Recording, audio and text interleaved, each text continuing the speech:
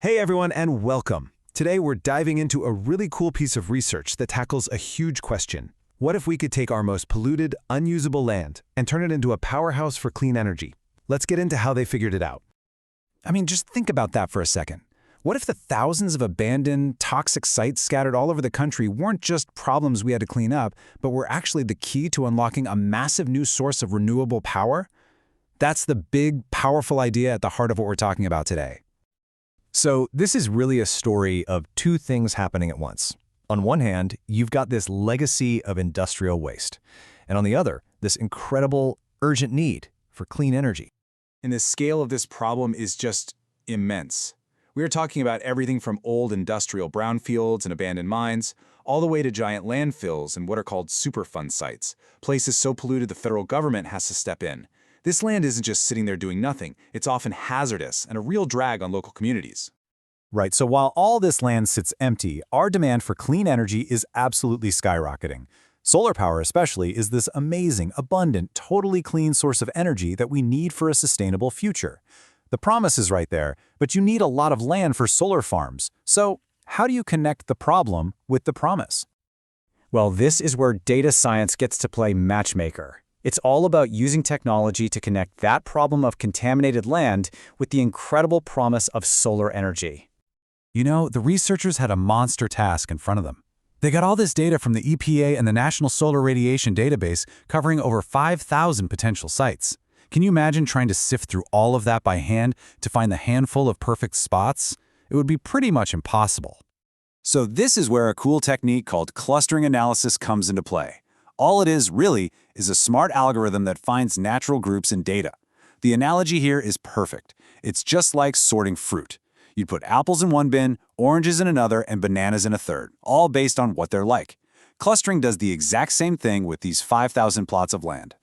But here's the thing. To sort through all this data really efficiently, they couldn't just use some off-the-shelf tool. Nope, they developed their own secret sauce, a brand new hybrid algorithm designed to be way smarter and way faster. The whole process was super methodical. First, they gathered all the data. Then, they had to clean it up. Get rid of variables that were basically saying the same thing and didn't add any new info. After that, they unleashed their special clustering algorithm. And once it found the groups, they used a bunch of statistical tests to make sure the results were solid. And finally, they figured out what those groups actually meant in the real world. And here is the real game changer. The standard algorithm, which is called FCM, kind of starts by just randomly guessing where the groups are, which, as you can imagine, can be really slow. But the researchers' new hybrid method, the HFCM, is so much smarter. It uses other algorithms to find a really good starting point, which makes the entire process way more efficient. And just how much more efficient are we talking about? Well, this new algorithm cranked up the training speed by a whopping 23.3%. Now, in the world of big data, that is not a small improvement. That's the kind of speed boost that makes a massive nationwide analysis like this one actually practical, instead of being way too slow and expensive to even try. All right, so with this faster, smarter algorithm at their fingertips, what did the researchers actually discover?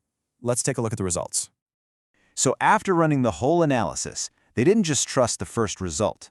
They used 3 separate validation tests, and every single one pointed to the exact same conclusion. The data naturally wants to split into just 2 distinct groups. You've got a high potential group and a low potential group. That's it. And this, right here, is the magic. The algorithm sifted through more than 5,000 sites and pinpointed exactly 835 of them as prime locations. These are the hotspots, the absolute best of the best, with the greatest potential for building solar power plants. So, what makes these 835 sites so special? This table tells the whole story. The high potential sites, that's cluster 1, are on average a lot larger and they get way more direct, powerful sunlight. Now you might notice the other sites are actually closer to the power grid, but it turns out that just doesn't matter as much.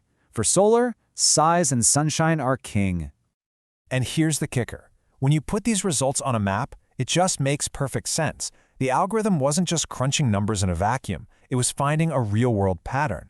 The best locations are overwhelmingly packed into the sunniest parts of the country, which is exactly what you'd hope to see. It's a fantastic reality check for the whole approach. Okay, so this is so much more than just a clever data science experiment.